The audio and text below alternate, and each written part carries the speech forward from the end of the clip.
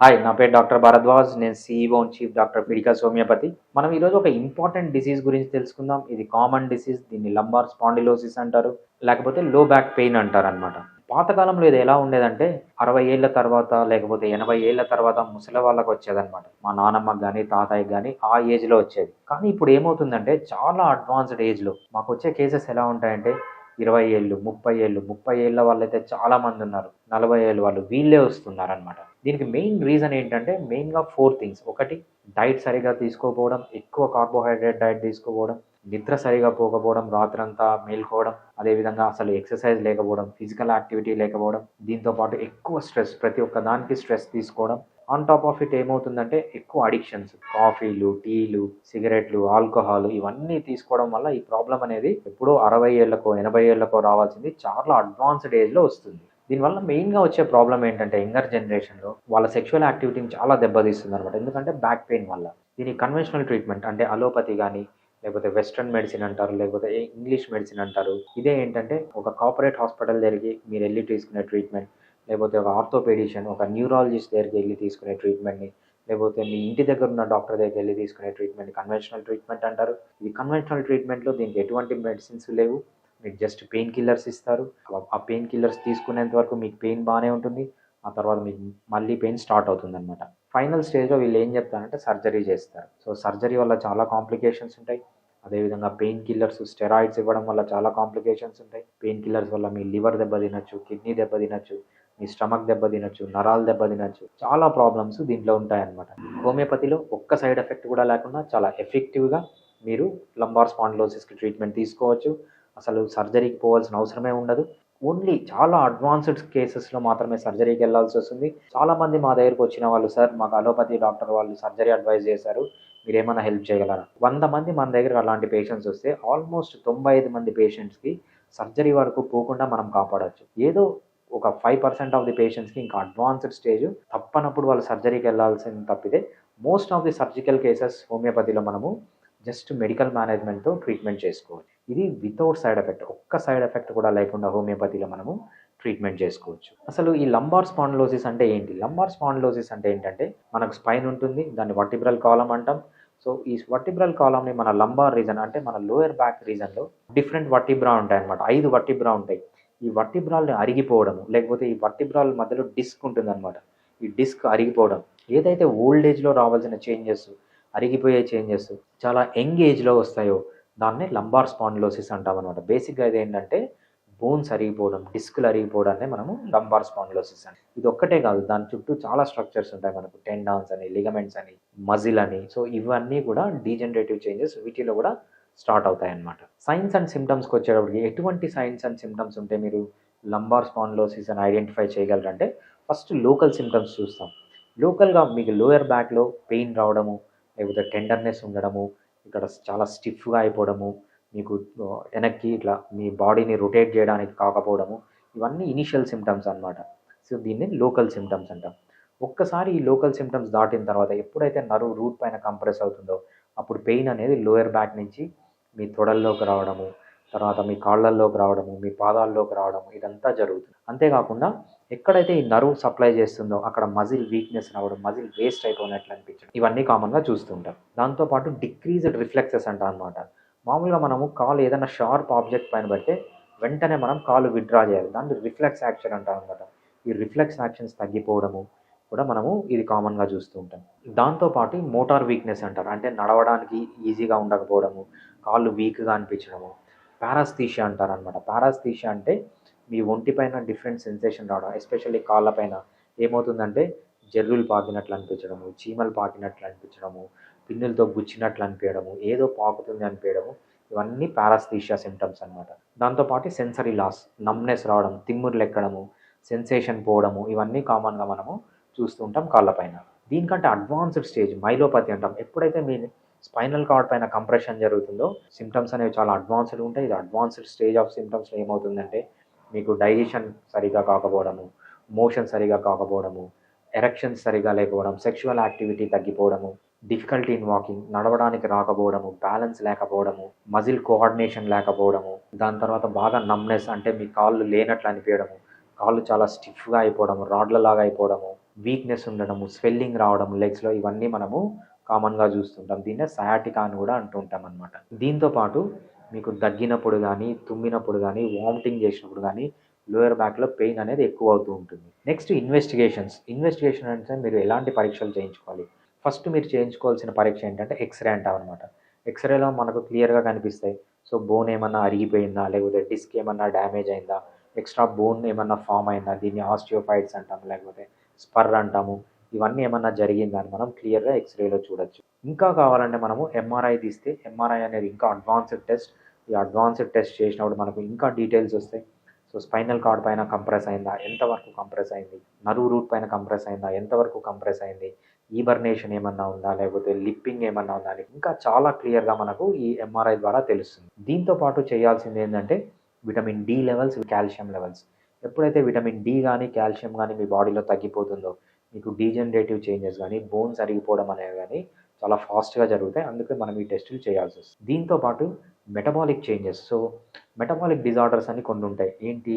Diabetes గానీ, PCOD గానీ, thyroid problem గానీ, లేకపోతే గౌట్ అనే డిసీజ్ గానీ, వీటి అన్నిటి వల్ల కూడా మనకు స్పాండిలోసిస్ అనేది వస్తుంది. వీటి వల్ల స్పాండిలోసిస్ ఏమన్నా వచ్చిందా అని చెక్ చేసుకోవాలి. దీంతో పాటు మనకు రుమటాయిడ్ ఆర్థరైటిస్ అని ఉంటుంది. అది ఆటో ఇమ్యూన్ డిజార్డర్. అది ఇన్‌ఫ్లమేటరీ డిజార్డర్. దీనివల్ల కూడా మనకు ఈ చేంజెస్ వస్తుంటాయి స్పైన్‌లో. దీన్ని కూడా మనము రూల్ ఔట్ చేసుకోవాల్సి ఉంటుందన్నమాట. స్పెసిఫిక్ పరీక్షలు చేయించి. సో, మనం ఈ డిసీజ్‌ని ఇంకా బాగా అర్థం చేసుకోవాలంటే మనం కొంచెం అనాటమీ అంటే నార్మల్ స్ట్రక్చర్ గురించి తెలుసుకోవాలి. ఫంక్షన్, నార్మల్ ఫంక్షన్ మన స్పైనల్ కార్డ్ యొక్క ఫంక్షన్ గురించి, దాంట్లో ఉన్న పార్ట్స్ యొక్క ఫంక్షన్ గురించి తెలుసుకుంటే మీకు ఈ డిసీజ్ గురించి తెలుసుకోవడం గానీ, ఆ డిసీజ్‌కి ఇచ్చిన మందు పనిచేస్తుందా లేదా అని తెలుసుకోవడం గానీ, ఎంతవరకు రికవర్ అయినామని తెలుసుకోవడం చాలా ఈజీగా ఉంటుంది. సో, కొంచెం మనం అనాటమీ, ఫిజియాలజీ నేర్చుకుంటాం. సో, మనకు స్పైన్ అనేటప్పటికి స్పైన్ అనేది ఒక సింగిల్ బోన్ కాదు. ఇది మల్టిపుల్ బోన్స్ ఉంటాయన్నమాట.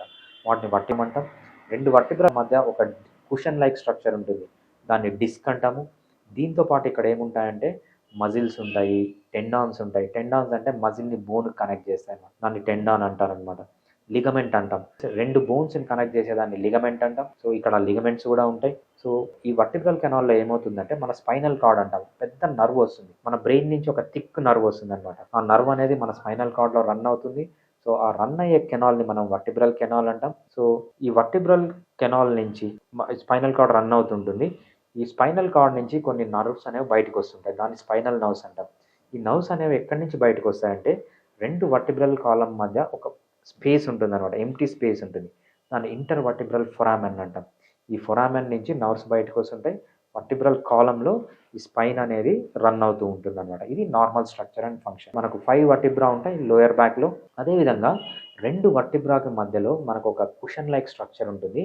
దాన్ని డిస్క్ అంటామన్నమాట. ఈ డిస్క్ అనేది ఫైబ్రో కార్టిలేజినస్ స్ట్రక్చర్ అన్నమాట. ఈ డిస్క్‌లో మళ్ళీ 2 పార్ట్స్ ఉంటాయి. సో, మనం ఒక డిస్క్ అనేది ఒక కాయిన్ అనుకుంటే ఔటర్ పార్ట్‌ని యాన్యులస్ ఫైబ్రోసిస్ అంటారు. ఇన్నర్ పార్ట్‌ని న్యూక్లియస్ పల్పోసస్ అంటారనమాట. న్యూక్లియస్ పల్పోసస్ అనేది ఒక జెల్లీ లైక్ స్ట్రక్చర్. మన జెల్ ఎలా ఉంటుంది అలా ఉంటుంది. ఎక్కువ వాటర్ ఉంటుందన్నమాట. ఔటర్ రింగ్ ఎలా ఉంటుందంటే చాలా హార్డ్‌గా ఉంటుంది. అందుకే దాన్ని యాన్యులస్ ఫైబ్రోసిస్ అంటాం. ఇది చాలా థిక్ అండ్ హార్డ్ స్ట్రక్చర్ అనమాట. ఈ స్పైనల్ కార్డ్ అనేది వర్టిబ్రల్ కెనాల్‌లో రన్ అవుతుంది. ఈ వర్టిబ్రల్ కెనాల్ అనేది మనకు ఈ వర్టిబ్రా లోపల ఉన్న ఒక స్పేస్ అనమాట. ఒక ఎంప్టీ స్పేస్ ఉంటది. ఒక హోల్ లైక్ స్ట్రక్చర్ ఉంటది. ఆ హోల్ లైక్ స్ట్రక్చర్ అన్ని వర్టిబ్రావి కలిసి మనం వర్టిబ్రల్ కెనాల్ అంటాం. ఆ కెనాల్‌లో నుంచి ఈ స్పైనల్ కార్డ్ అనేది రన్ అవుతుంటుంది. ఈ స్పైనల్ కార్డ్ నుంచి నరాలనేవి బయటకొస్తుంటాయి. దాన్ని స్పైనల్ నర్వ్స్ అంటామనమాట. ఇవి ఎక్కడి నుంచి బయటకొస్తాయంటే 2 వర్టిబ్రాల మధ్య స్పేస్ ఉంటుంది. దాన్ని ఇంటర్ వర్టిబ్రల్ ఫొరామెన్ అంటాం. ఆ ఫొరామెన్ నుంచి నర్వ్స్ బయటకొచ్చి మన డిఫరెంట్ పార్ట్స్ ఆఫ్ ది బాడీకి సప్లై అవుతుంటాయి. ఇది అనాటమీ. ఫిజియాలజీకి వచ్చేటప్పటికి మనకు మెయిన్‌గా తెలుసుకోవాల్సింది ఏంటంటే ఈ వర్టిబ్రల్ కాలమ్ అనేది మనకు మెయిన్‌గా మూవ్‌మెంట్‌కి యూజ్ అయితుంది. ముందుకు వంగాలన్నా, లేకపోతే వెనక్కి వంగాలన్నా, లెఫ్ట్‌కి వంగాలన్నా, రైట్‌కి వంగాలన్నా, లేకపోతే మన ట్రంక్‌ని రొటేట్ చేయాలన్నా, మన బాడీని రొటేట్ చేయాలన్నా, ఇక్కడ ఇది మల్టిపుల్ జాయింట్స్ ఇక్కడ ఉంటాయి కాబట్టి ఈజీగా ఈ మూవ్‌మెంట్స్ అన్నీ వస్తాయన్నమాట. దాంతో పాటు మనం ఇంపార్టెంట్‌గా ఇక్కడ ఫంక్షన్ తెలుసుకోవాల్సింది దేని గురించి అంటే ఇంటర్ వర్టిబ్రల్ డిస్క్. ఈ ఇంటర్ వర్టిబ్రల్ డిస్క్ అనేది ఒక కుషన్ లాగా యాక్ట్ చేస్తది. మీరు జంప్ చేసినా, లేకపోతే నడిచినా, రన్నింగ్ చేసినా ఈ వర్టిబ్రల్ కాలమ్ పైన, లేకపోతే బ్రెయిన్ పైన, స్పైనల్ కార్డ్ పైన ప్రెషర్ లేకుండా ఇది ఒక కుషన్ లాగా యాక్ట్ చేస్తుందన్నమాట. అందువల్ల ఈ పార్ట్స్ అన్నీ ఈ బ్రెయిన్‌కి సంబంధించిన పార్ట్స్, స్పైనల్ కార్డ్‌కి సంబంధించిన పార్ట్స్ అన్నీ డ్యామేజ్ కాకుండా ఇది ఒక కుషన్ లాగా యాక్ట్ చేస్తుందన్నమాట. Next etiology. ఇటియాలజీ అంటే కాజెస్. అసలు లంబార్ స్పాండిలోసిస్ రావడానికి కారణం ఏంటి అంటే ఫస్ట్‌ది అన్‌నోన్. ఏ రీజన్ లేకుండా కొంతమందిలో ఏంటంటే ఎటువంటి రిస్క్ ఫ్యాక్టర్ లేకుండా కూడా మనకు లంబార్ స్పాండిలోసిస్ అనేది వచ్చే ఛాన్స్ ఉంటుంది. ఇంకోటి జెనెటిక్ కాంపోనెంట్. చాలా మందిలో దీనికి స్ట్రాంగ్ జెనెటిక్ కాంపోనెంట్ ఉంది. జెనెటిక్ కాంపోనెంట్ అంటే ఏంటంటే మీ ఫాదర్‌కి గానీ, మదర్‌కి గానీ, మీ బ్లడ్ రిలేటివ్స్‌లో ఎవరికన్నా ఉంటే మీకు కూడా ఈ లంబార్ స్పాండిలోసిస్ వచ్చే ఛాన్స్ చాలా ఎక్కువగా ఉంటుంది. అది కూడా ఎర్లీ ఏజ్‌లో. Next age related degenerative changes. మీ ఏజ్ పెరిగే కొద్దీ మీ రిస్క్ ఫర్ లంబార్ స్పాండిలోసిస్ అనేది పెరుగుతూ ఉంటుంది. యంగర్ ఏజ్ గ్రూప్‌లో తక్కువ ఉంటుంది. ఓల్డర్ ఏజ్ గ్రూప్‌లో రిస్క్ అనేది ఎక్కువగా ఉంటుందన్నమాట. Next life style. సో, మీ లైఫ్ స్టైల్ ఎలా ఉంది? మీరు రెగ్యులర్‌గా ఎక్సర్సైజ్ చేస్తున్నారా? సో, మంచి డైట్ తీసుకుంటున్నారా? ఎస్పెషల్లీ లో కార్బోహైడ్రేట్ డైట్. టైంకి నిద్రపోతున్నారా? స్ట్రెస్ ఫ్రీ లైఫ్‌లో ఉన్నారా? ఇవన్నీ బాగా ఉంటే మీకు రిస్క్ అనేది తక్కువగా ఉంటుంది. ఇవన్నీ అబ్నార్మల్‌గా ఉంటే మీకు రిస్క్ అనేది చాలా ఎక్కువగా ఉంటుంది. ఒబేసిటీ ఎక్కువగా లావుగా ఉండడము, స్మోకింగ్ చేయడము, లేకపోతే ఆల్కహాల్ తీసుకోవడము, డ్రగ్స్ తీసుకోవడము, ఎక్సర్సైజ్ చేయకపోవడం ఇవన్నీ ఉన్నప్పుడు మీకు రిస్క్ ఆఫ్ లంబార్ స్పాండిలోసిస్ పెరుగుతుందన్నమాట. ఎస్పెషల్లీ ఉమెన్‌లో ఏమవుతుందంటే మెనోపాజ్. సో, మీ మెన్సెస్ ఆగిపోయినా లేకపోతే ఆర్టిఫిషియల్ మెనోపాజ్ ఎందుకు మీ ఓవరీస్ తీసేసినా లేకపోతే యూటరస్ తీసేసినా ఏమవుతుందంటే మీకు ఈస్ట్రోజన్, ప్రొజెస్ట్రాన్ అనే హార్మోన్ తగ్గిపోయి దీనివల్ల మీకు లంబార్ స్పాండిలోసిస్ వచ్చే ఛాన్స్ చాలా ఎక్కువగా ఉంటుంది. సో, ఎక్కువ మీరు సన్‌కి ఎక్స్‌పోజ్ కావట్లేదు. లేకపోతే మీలో లో విటమిన్ డి లెవెల్స్ ఉన్నాయి. లో కాల్షియం లెవెల్స్ ఉన్నాయి. మీలో కూడా లంబార్ స్పాండిలోసిస్ వచ్చే ఛాన్స్ చాలా ఎక్కువగా ఉంటుంది. కొన్ని మెటబాలిక్ డిజార్డర్స్. ఎటువంటి మెటబాలిక్ డిజార్డర్స్? డయాబెటిస్ ఉన్నా లేకపోతే పీసీఓడీ. పీసీఓడీ కూడా ఒక మెటబాలిక్ డిజార్డర్. ఎందుకంటే మీకు హార్మోన్స్ అనేవి తగ్గిపోతాయి. అదేవిధంగా గౌట్ అనేది ఒక డిసీజ్ ఉంటుంది. దానివల్ల కూడా మీకు రిస్క్ ఫ్యాక్టర్ పెరుగుతుంది. అదేవిధంగా ఎక్కువ స్ట్రెస్ స్ట్రెస్‌లో కొన్ని హార్మోన్స్ రిలీజ్ అవుతాయి. ఎస్పెషల్లీ కార్టిజాల్ అనే హార్మోన్. ఈ కార్టిజాల్ అనే హార్మోన్ వల్ల ఏమవుతుందంటే స్ట్రెస్ పెరిగి మీ కాల్షియం అనేది బోన్స్‌లోంచి బయటికొచ్చి మీ బోన్స్ అనేవి వీక్ అయిపోతూ ఉంటాయి. అదేవిధంగా కొన్ని అబ్నార్మల్ పోస్చర్స్. మీరు నడిచేటప్పుడు సరిగ్గా స్ట్రెయిట్‌గా నడవకపోయినా, లేకపోతే సరిగ్గా కూర్చోకపోయినా, సరిగ్గా పడుకోకపోయినా, ఎస్పెషల్లీ ఏం చేస్తుంటారు ఏదైనా ఇంజ్యూరీ అయిందనుకోండి. సో, ఆ సైడ్ పెయిన్ వస్తుందని చెప్పి వేరే కాలు పైన ప్రెషర్ పెట్టి నడుస్తూ ఉంటారు. ఎక్కువ ప్రెషర్ పెట్టి నడవడం వల్ల ఏమవుతుందంటే ఈ గెయిట్ అబ్నార్మాలిటీస్ వచ్చి దీనివల్ల కూడా over a period of time మీకు ఏమవుతుందంటే లంబార్ స్పాండిలోసిస్ వచ్చే ఛాన్స్ ఎక్కువగా ఉంటుంది. అదేవిధంగా రుమటాయిడ్ ఆర్థరైటిస్ అంటామనమాట. ఇది ఒక ఆటో ఇమ్యూన్ డిజార్డర్. ఈ డిజార్డర్ ఉన్నప్పుడు కూడా మీకు లంబార్ స్పాండిలోసిస్ వచ్చే ఛాన్స్ చాలా ఎక్కువగా ఉంటుంది. నెక్స్ట్ పాథాలజీ వచ్చేటప్పటికి, పాథాలజీ అంటే ఏంటంటే ఈ డిసీజ్ వచ్చినప్పుడు మీ బాడీలో వచ్చే చేంజెస్. ఫస్ట్ మజిల్‌లో ఎటువంటి చేంజెస్ వస్తాయి? మజిల్ అనేది స్పాజమ్‌లోకి వెళ్తుంది. స్పాజమ్ అంటే గట్టిగా అయిపోతుంది, స్టిఫ్‌గా అయిపోతుంది, లోకల్ పెయిన్ వస్తుంది, టెండర్‌నెస్ వస్తుందనమాట. మూవ్‌మెంట్స్ అనేవి రిస్ట్రిక్ట్ అయిపోతాయి. ఎక్కువగా మీరు కావాల్సినంత యాంగిల్‌లో మీరు తిరగలేరనమాట. ఇవి ఫస్ట్ మనం చూసే మస్క్యులర్ చేంజెస్. నెక్స్ట్ బోన్‌లో ఎటువంటి చేంజెస్ వస్తాయి? బోన్‌లో ఏమవుతుందంటే బోన్ డెన్సిటీ తగ్గిపోవడము, అదేవిధంగా ఎక్స్ట్రా బోన్ ఫార్మ్ అవ్వడము, దీన్ని ఆస్టియోఫైట్స్ అంటాము, లేకపోతే లిప్పింగ్ అంటాము. అదేవిధంగా ఏమవుతుందంటే ఈ ఆస్టియోఫైట్స్, ఈ లిప్పింగ్ ఇవన్నీ రావడం వల్ల ఈ బోన్ అనేది స్పైనల్ కార్డ్‌ని గానీ, స్పైనల్ నర్వ్స్ అనేదాన్ని కంప్రెషన్ సింప్టమ్స్ కూడా వస్తుంటాయి. అదేవిధంగా మనకు ప్రతి ఒక్క బోన్‌లో గ్రోత్ ప్లేట్స్ ఉంటాయి. ఆ గ్రోత్ ప్లేట్స్ ఎప్పుడైతే గట్టిగా అయిపోతాయో దాన్ని ఈపర్నేషన్ అంటాము. అట్లనే విధంగా అక్కడ కార్టిలేజ్ ఉంటుంది. సో, ఆ సబ్కాండల్ స్క్లిరోసిస్ అంటామనమాట. సో, ఇవన్నీ మనం కామన్‌గా చూస్తూ ఉంటాము ఈ బోనీ చేంజెస్‌లో. అదేవిధంగా రిడ్యూస్డ్ డిస్క్ స్పేసెస్. ఎప్పుడైతే ఈ డిస్క్ స్పేస్ తగ్గిపోతుందో 2 వర్టిబ్రలో డిస్క్ అనేది ఉంటుంది కదా! ఆ డిస్క్ స్పేస్ అనేది కూడా తగ్గిపోవడం మనం చూస్తూ ఉంటాం. Next facet joints.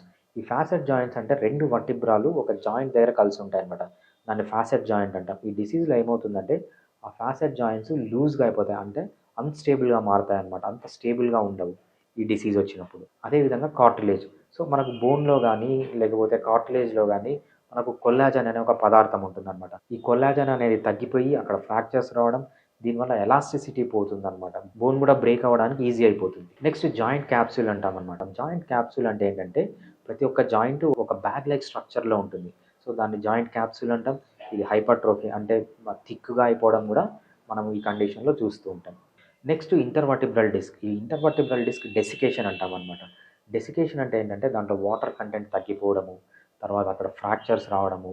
ఎప్పుడైతే హైట్ తగ్గిపోతుందో, ఎప్పుడైతే ఫ్రాక్చర్స్ ఉంటాయో ఈ డిస్క్ అనేది స్పైనల్ కార్డ్ పైనే కాకుండా స్పైనల్ నర్వ్స్ పైన ప్రెషర్ పెట్టడము ఇవన్నీ చూస్తుంటాం. అదేవిధంగా లోపల అంటున్నాం కదా న్యూక్లియస్ పల్పోసస్ జెల్లీ లైక్ స్ట్రక్చర్ అది బయటకు వస్తుందన్నమాట. దాన్ని డిస్క్ హెర్నియేషన్ అంటారనమాట. సో, ఇవన్నీ మనం కామన్‌గా చూసే అడ్వాన్స్డ్ డీజనరేటివ్ చేంజెస్ మన వర్టిబ్రల్ కాలమ్‌లో. 2 బోన్స్‌ని కనెక్ట్ చేయడానికి ఒక స్ట్రక్చర్ ఉంటది. దాన్ని లిగమెంట్ అంటారనమాట. ఆ లిగమెంట్ బాగా థిక్ అయిపోవడము, ఒక మజిల్‌ని బోన్‌కి అటాచ్ చేస్తుందనమాట. దాన్ని టెండాన్ అంటామనమాట. ఈ టెండాన్ కూడా బాగా థిక్‌గా అయిపోవడము, ఈ కండిషన్లో మనం కామన్గా చూస్తూ ఉంటాం. ఇంటర్వర్టిబ్రల్ ఫొరామెన్ నారోయింగ్ అంటాం అనమాట. సో ఇంటర్వర్టిబ్రల్ ఫొరామెన్ అంటే రెండు వర్టిబ్రాల మధ్యలో ఒక చిన్న స్పేస్ ఉంటుంది. ఆ స్పేస్లోంచి స్పైనల్ నర్వ్స్ బయటకు వస్తుంటాయి. బేసిక్గా స్పైనల్ నర్వ్ రూట్స్ ఉంటాయన్నమాట. అవి ఆ ఇంటర్వర్టిబ్రల్ ఫొరామెన్ నారో అయిపోయి ఆ స్పైనల్ రూట్ పైన కంప్రెషన్ కావడం, అదేవిధంగా స్పైనల్ కెనాల్ ఉంటుంది. స్పైనల్ కెనాల్ అనేది మన వర్టిబ్రాలో ఒక స్పేస్ అనమాట. అది కూడా నారో అయిపోయి స్పైనల్ కార్డ్ పైన ప్రెషర్ పెట్టడం అనేవి కూడా మనం కామన్గా ఈ డిసీజ్లో చూస్తూ ఉంటాం. నెక్స్ట్ దీనికి కన్వెన్షనల్ ట్రీట్మెంట్లో ఎటువంటి ట్రీట్మెంట్ ఉంది? కన్వెన్షనల్ ట్రీట్మెంట్ అంటే ఏంటంటే దీన్ని అలోపతి ట్రీట్మెంట్ అంటారు, లేకపోతే ఇంగ్లీష్ మెడిసిన్ అంటారు, లేకపోతే వెస్ట్రన్ మెడిసిన్ అంటారనమాట. ఈ ట్రీట్మెంట్ అంటే మీరు ఒక కార్పొరేట్ హాస్పిటల్‌లోకి పోయి ట్రీట్మెంట్ తీసుకోవడం, ఒక ఆర్థోపెడిషియన్ దగ్గరికి పోయి ట్రీట్మెంట్ తీసుకోవడం, లేకపోతే ఒక న్యూరాలజిస్ట్ దగ్గరికి పోయి ట్రీట్మెంట్ తీసుకోవడాన్ని కన్వెన్షనల్ ట్రీట్మెంట్ అంటారన్నమాట. ఈ కన్వెన్షనల్ ట్రీట్మెంట్‌లో వీళ్ళు ఏం చేస్తారంటే పెయిన్ కిల్లర్స్ ఇస్తారు, స్టెరాయిడ్స్ ఇస్తారు, లేకపోతే సర్జరీ ఇవ్వమంటారు. సో ఈ పెయిన్ కిల్లర్స్ వల్ల మీకు తెలుసు చాలా డిసడ్వాంటేజెస్ ఉంటాయి. ఈ పెయిన్ కిల్లర్ మీ లివర్‌ని డ్యామేజ్ చేయొచ్చు, లేకపోతే మీ స్టమక్‌ని డ్యామేజ్ చేయొచ్చు, లేకపోతే మీ కిడ్నీని డ్యామేజ్ చేయొచ్చు. ఇవన్నీ మనం పెయిన్ కిల్లర్స్ వల్ల వచ్చే సైడ్ ఎఫెక్ట్స్ అనమాట. అంతేకాకుండా సర్జరీ అడ్వైజ్ చేసినప్పుడు సర్జరీ అనేది చాలా పెయిన్ఫుల్ ప్రాసెస్, చాలా రెస్ట్ తీసుకోవాల్సి ఉంటుంది. అదేవిధంగా సర్జరీ అనేది సక్సెస్ అవుతుందని ఎటువంటి గ్యారంటీ లేదనమాట. ఉన్న కండిషన్ కంటే ఇంకా వర్స్ కావచ్చు. సో అవన్నీ సర్జరీలో డిసడ్వాంటేజెస్ ఉంటాయి. అంతేకాకుండా పెయిన్ కిల్లర్స్ తీసుకున్నప్పుడు పెయిన్ తీసుకున్నన్ని రోజులు పెయిన్ తగ్గుతుంది, మళ్ళీ పెయిన్ ఇంకా ఎక్కువగా మారుతుందన్నమాట. అక్కడ ప్రాబ్లం ఏంటి? బోన్ డీజనరేట్ అయింది, నర్వ్ డ్యామేజ్ అయింది, లిగమెంట్స్ డ్యామేజ్ అయినాయి, టెండాన్స్ డ్యామేజ్ అయినాయి, ఇంటర్వర్టిబ్రల్ డిస్క్ డ్యామేజ్ అయింది. సో వీళ్ళు దీన్ని రికవర్ చేసే మెడిసిన్స్ వాళ్ళ దగ్గర లేవన్నమాట. జస్ట్ మీకు ఏదైనా పెయిన్ వస్తే పెయిన్ మాత్రం తగ్గిస్తారు. ఈ డ్యామేజ్ అలానే ఉంటుంది. ఫ్యూచర్లో జరిగే డ్యామేజ్ కూడా అంతే ఫస్ట్ జరుగుతూ ఉంటుంది. సో ఏ విధంగా తీసుకున్నా ఈ అలోపతిక్ ట్రీట్మెంట్ వల్ల చాలా డిసడ్వాంటేజెస్ ఉన్నాయి. హోమియోపతిలో దీనికి ఎలాంటి ట్రీట్మెంట్ తీసుకోవచ్చు? హోమియోపతి అడ్వాంటేజెస్ ఏంటి? హోమియోపతిలో మీకు జస్ట్ పెయిన్ తగ్గడమే కాదు, పెయిన్ అనేది ఇమీడియట్గా తగ్గించుకోవచ్చు. సో అంతేకాకుండా ఏదైతే మీకు బోన్ డ్యామేజ్ అయిందో, బోన్ అరిగిపోయిందో దాన్ని కొంతవరకు రీజనరేట్ చేయొచ్చు. ఏదైతే డిస్క్ డ్యామేజ్ అయిందో దాన్ని రీజనరేట్ చేయొచ్చు. మీకు ఏదైతే నర్వ్స్ డ్యామేజ్ అయినాయో దాన్ని రీజనరేట్ చేయొచ్చు. అక్కడ మజిల్ స్పాజమ్ ఏమేమి చేంజెస్ మజిల్స్లో వచ్చినాయో దాన్ని అన్నీ రివర్స్ చేయొచ్చు. టెండాన్స్ కానీ లిగమెంట్స్ కానీ మీ పాత స్టేజ్కి తీసుకెళ్ళచ్చు. సో మీరు పెయిన్ వచ్చిన వెంటనే వచ్చారనుకోండి, ఇవన్నీ రికవర్ చేయడానికి చాలా ఈజీగా ఉంటుంది. లేదు బాగా ఏజ్ అయిపోయింది, అడ్వాన్స్డ్ ఏజ్ అంటే సో మనం కంప్లీట్గా రికవర్ చేయలేకపోయినా కొంతవరకు రికవర్ చేసి పెయిన్ తగ్గించుకొని సర్జరీ వరకు పోకుండా చేసుకోవచ్చు అనమాట.